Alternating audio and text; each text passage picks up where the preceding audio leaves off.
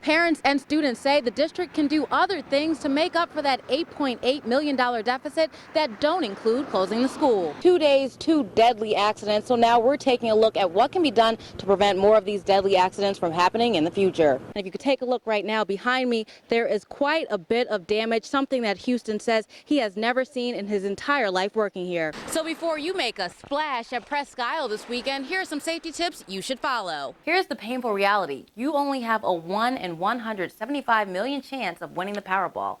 Ouch. You really can't go wrong by coming down to celebrate Erie. That's good.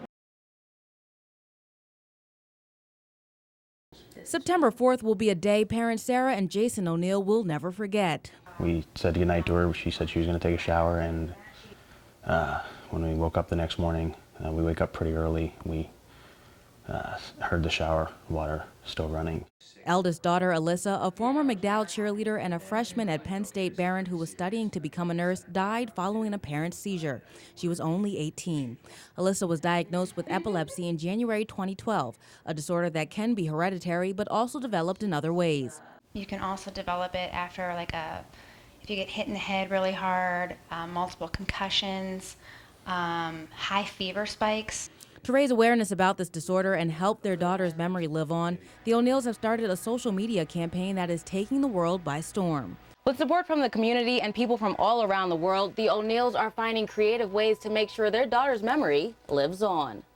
#AJO. It's tattooed on her parents' wrists, visible all across the internet and all over Starbucks cups around the world.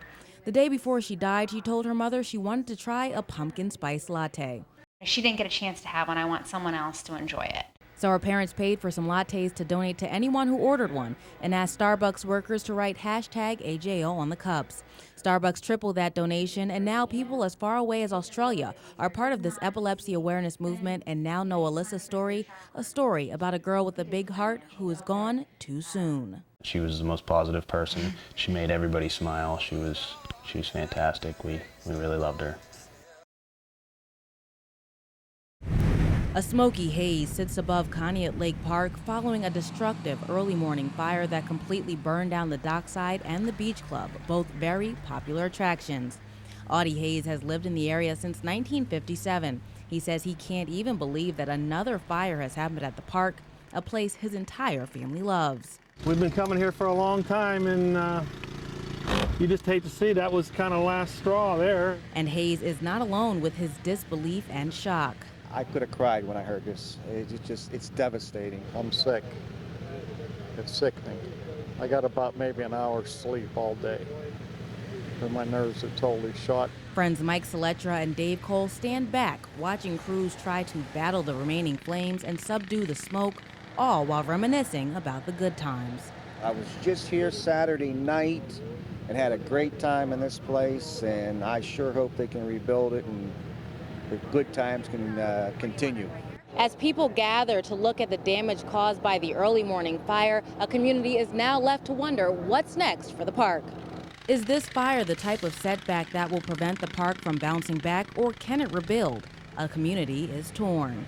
I'm hoping they can rebuild and that they can get some interest in here and maybe some people will donate some money for it.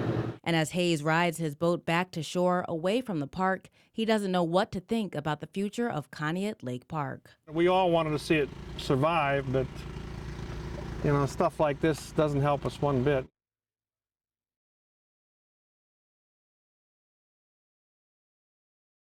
The Crawford County Fair is a staple in northwestern Pennsylvania, something everyone should experience, including me.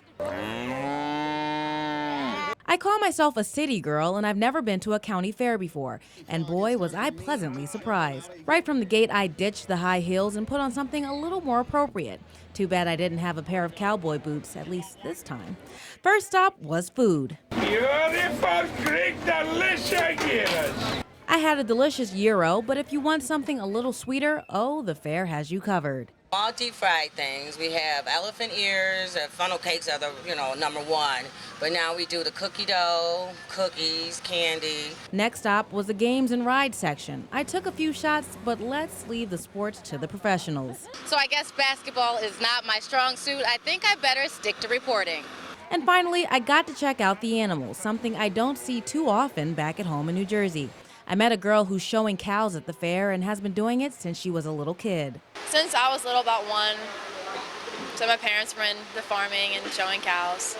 So that covers all my bases. I ate too much, played a few games, pet a cow, and met Mr. Cluck, a tradition started a few years ago by a mom to help her autistic son become more outgoing. My son is autistic, and so we found out that in a chicken suit, he is not shy and he can approach people and doesn't have to talk. And I think that was a pretty awesome first-time fair experience for this city girl.